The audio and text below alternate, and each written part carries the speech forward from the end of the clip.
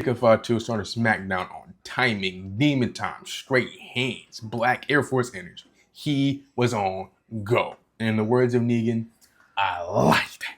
For the first time in almost a month, we got to hear Cody speak, which I know last week he had the Saudi Arabia thing.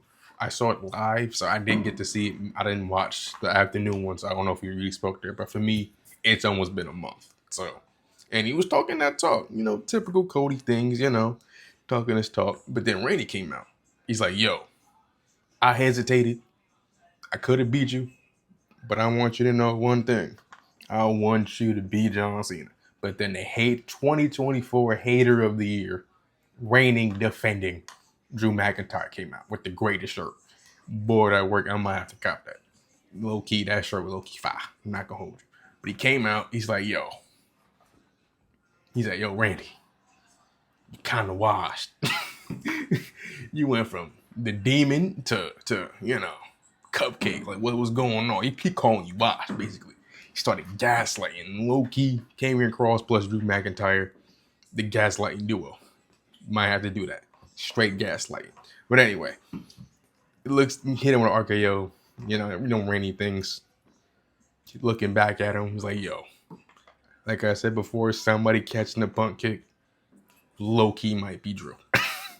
Low-key might be Drew. It's not happening as Sunday's main event where they're having the match.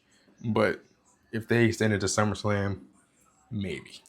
He might be catching the smoothest punt kick. We'll let you know right now.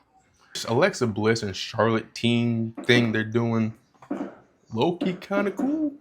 Let them cook. Be so real with y'all. On the lowest of keys, the Wyatt Six might be riding off Aura alone.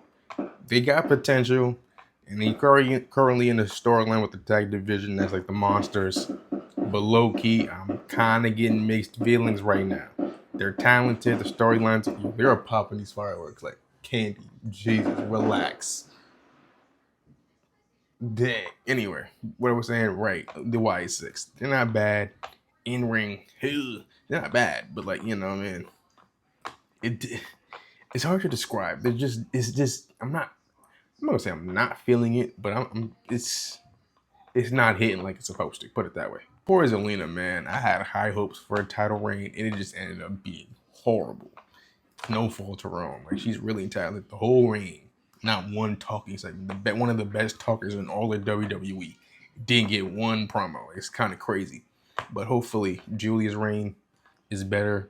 I guess they fit. I mean, this is the first real, I'm not gonna say wrestler per se. They're all wrestlers. That'd be disrespectful. But she is primarily wrestling, right? No character. He doesn't say no character, but Chelsea even more character than wrestling.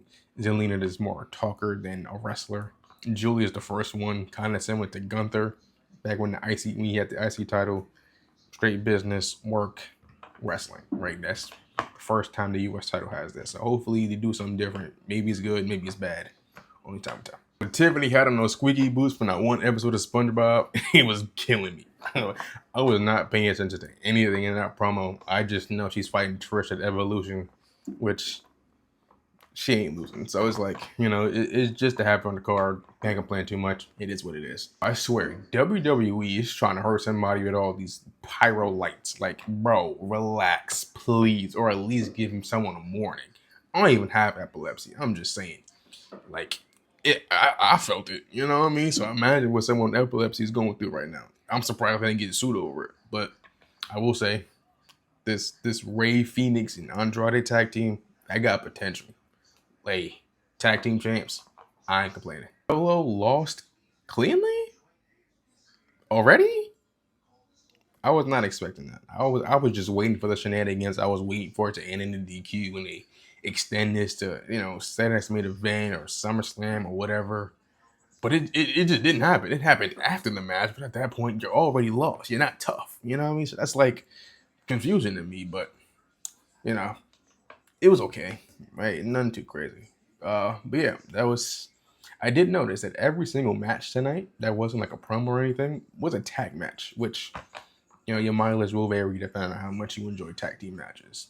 I enjoy them, so I had a good time. It was okay. Show was okay. For the first 2 hour SmackDown in a while, It was okay. None too crazy. It wasn't the greatest show ever. It wasn't the worst. It was okay. I gave it about a solid 7 out of 10. Hey, those are my thoughts. Let me go to the comments.